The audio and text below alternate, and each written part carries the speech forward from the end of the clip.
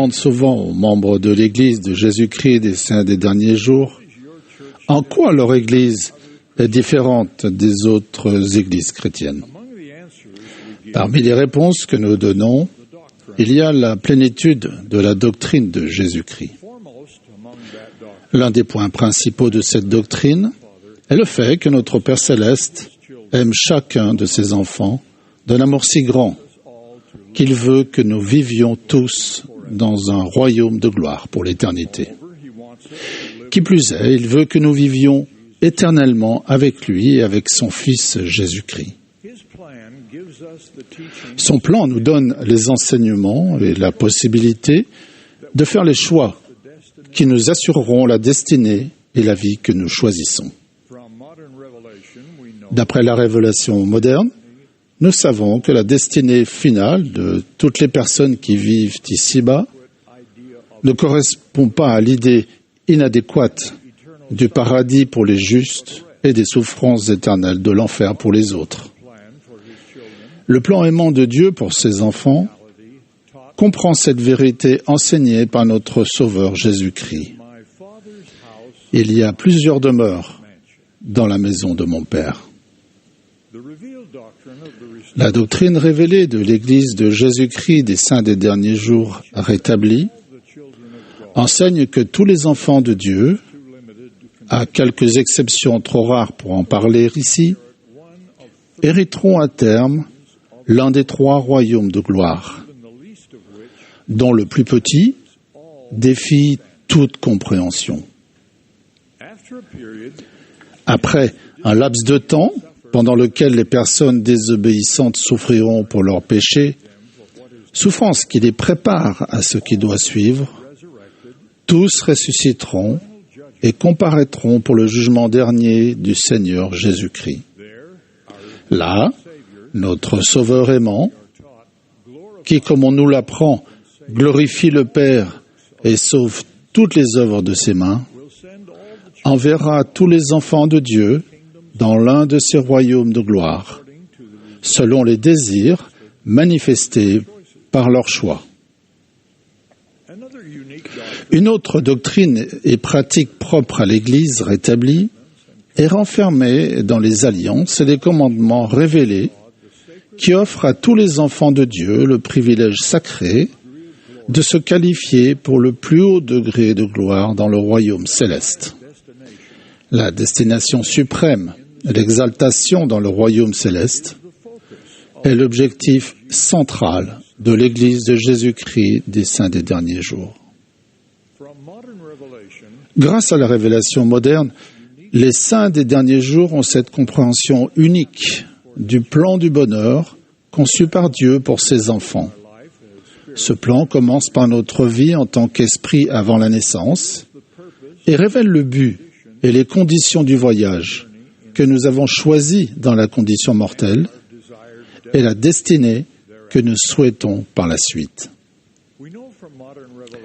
La révélation moderne nous apprend que tous les royaumes ont reçu une loi et que le royaume de gloire que nous recevrons au jugement dernier dépendra des lois que nous décidons de suivre durant notre voyage dans la condition mortelle. En vertu de ce plan aimant, il existe divers royaumes ou plusieurs demeures. Ainsi, tous les enfants de Dieu hériteront un royaume de gloire, soumis à des lois qu'ils pourront respecter et dans lequel ils pourront confortablement demeurer. Je vais décrire la nature et les exigences de chacun des trois royaumes du plan de notre Père, en commençant par le plus élevé, qui est l'objet des ordonnances et des commandements que Dieu a révélés par l'intermédiaire de l'Église de Jésus-Christ des Saints des Derniers Jours. Dans la gloire céleste, il y a 3 degrés, dont le plus élevé est l'exaltation dans le royaume céleste. C'est la demeure de ceux qui ont reçu de sa plénitude et de sa gloire. C'est pourquoi ils sont Dieu, oui, les fils et filles de Dieu, et ils demeureront pour toujours et à jamais dans la présence de Dieu et de son Christ. Par la révélation, Dieu a dévoilé les lois, les ordonnances et les alliances éternelles que nous devons respecter pour acquérir les vertus divines qui sont nécessaires pour atteindre ce potentiel divin. L'Église de Jésus-Christ des Saints des Derniers Jours se concentre sur elle, car l'objectif de cette Église rétablie est de préparer les enfants de Dieu au salut dans la gloire céleste et plus particulièrement à l'exaltation dans son plus haut degré. Selon le plan de Dieu, fondé sur la vérité éternelle, on ne peut obtenir l'exaltation que par la fidélité aux alliances d'un mariage éternel entre l'homme et la femme dans le Saint-Temple, lequel mariage sera à terme accessible à tous les fidèles.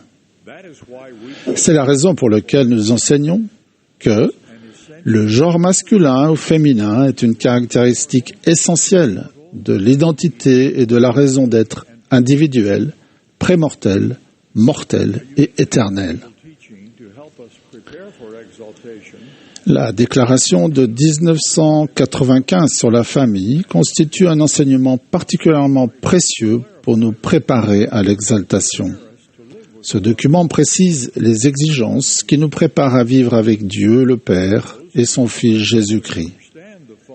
Il se peut que les personnes qui ne comprennent pas pleinement le plan d'amour du Père pour ses enfants considèrent que cette déclaration sur la famille n'est rien de plus qu'un énoncé de règles vouées à changer.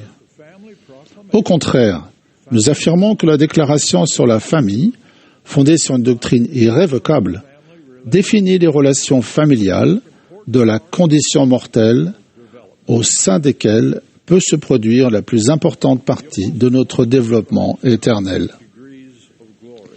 L'apôtre Paul décrit les 3 degrés de gloire, les comparant aux gloires du soleil, de la lune et des étoiles. Il appelle le plus haut céleste et le deuxième terrestre. Il ne donne pas le nom du plus bas, mais une révélation à Joseph Smith le précise. Téleste. Cette révélation décrit aussi la nature des personnes affectées à chacun. Les personnes qui choisissent de ne pas se conformer à la loi d'un royaume céleste hériteront un autre royaume de gloire, inférieur au royaume céleste, mais soumise aux lois qu'elles ont choisi de respecter et dans lequel elles peuvent demeurer confortablement. Ce mot « demeurer », si courant dans les Écritures, évoque un placement sûr.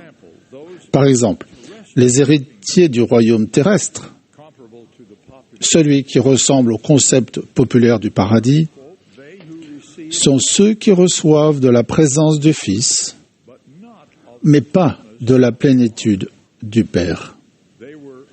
Ce sont les hommes honorables de la terre qui ont été aveuglés par la fourberie des hommes, mais qui n'ont pas été vaillants dans le témoignage de Jésus. La description révélatrice de la personne affectée au royaume de gloire céleste, le plus bas, est celle d'une personne qui n'est pas capable de se conformer à la loi d'un royaume terrestre. Cela décrit les gens qui rejettent le Sauveur et n'ont pas respecté de limites divines en matière de comportement. C'est le royaume où les méchants demeurent, après avoir souffert pour leurs péchés. La révélation moderne les décrit ainsi. Ce sont ceux qui n'ont pas accepté l'évangile du Christ, ni le témoignage de Jésus. Ce sont les menteurs, les sorciers, les adultères, les fornicateurs et tous ceux qui aiment et pratiquent le mensonge. Parlant des 3 royaumes de gloire avec sa perspective de prophète, le président Nelson a récemment écrit « La vie dans la condition mortelle ne dure qu'une nanoseconde comparée à l'éternité. Mais quelle nanoseconde cruciale! Examinez avec soin ce qu'il en est. Pendant la vie ici-bas, vous avez la possibilité de choisir les lois auxquelles vous êtes disposé à obéir, celles du royaume céleste ou du terrestre ou du téleste, et par conséquent, le royaume de gloire dans lequel vous vivrez à jamais. Quel plan! C'est un plan qui honore entièrement votre libre arbitre.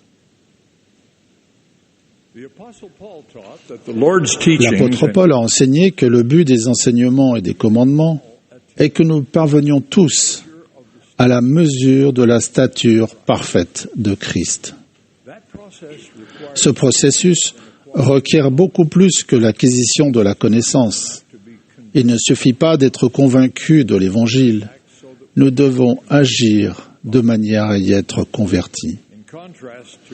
Contrairement à d'autres prédications qui nous enseignent à connaître quelque chose, l'Évangile de Jésus-Christ nous demande de devenir quelqu'un.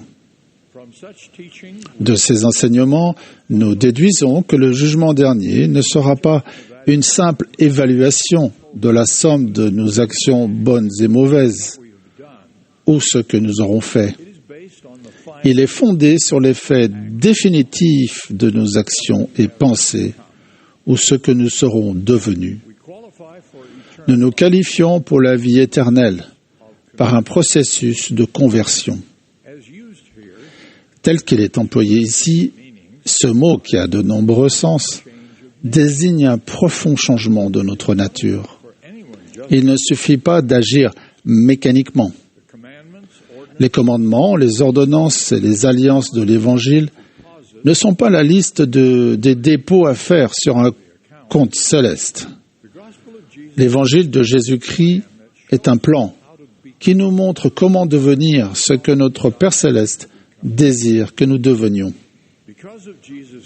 Grâce à Jésus-Christ et à son expiation, lorsque nous ne sommes pas à la hauteur dans cette vie, nous pouvons nous repentir et reprendre le chemin des alliances qui mènent à ce que notre Père céleste désire pour nous.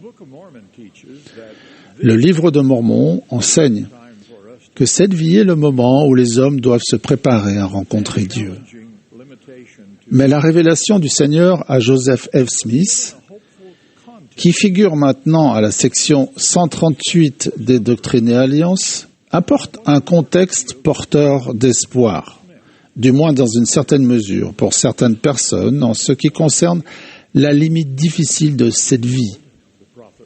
Le prophète a écrit « Je vis que quand ils quittent la vie mortelle, les anciens fidèles de notre dispensation continuent leur labeur de prédication de l'évangile de repentir et de rédemption par le sacrifice du Fils unique de Dieu, parmi ceux qui sont dans les ténèbres et dans la servitude du péché, dans le vaste monde des esprits des morts. Les morts qui se repentent seront rachetés en obéissant aux ordonnances de la maison de Dieu. Et lorsqu'ils auront payé le châtiment de leur transgression et auront été purifiés, ils recevront une récompense selon leurs œuvres, car ils sont héritiers du salut. De plus, nous savons que le millénium, la période de 1000 ans qui suivra la seconde venue du Sauveur, sera un moment où nous pourrons accomplir les ordonnances requises pour les personnes qui ne les ont pas reçues dans la condition mortelle. Il reste beaucoup à apprendre sur les 3 grandes périodes du plan du salut et sur leurs relations les unes avec les autres. 1. Le monde prémortel des esprits. 2. La condition mortelle. Et 3. La vie à venir. Mais nous connaissons ces vérités éternelles. Le salut est une affaire individuelle. L'exaltation est une affaire familiale. Nous avons un Père céleste aimant qui s'assurera que nous recevions toutes les bénédictions et tous les avantages auxquels nos désirs et nos choix nous permettent de prétendre. Nous savons aussi qu'il n'obligera personne à être scellé contre sa volonté. Les bénédictions d'une relation de scellement sont assurées à toutes les personnes qui respectent leurs alliances, mais jamais en l'imposant à une personne indigne ou non désireuse.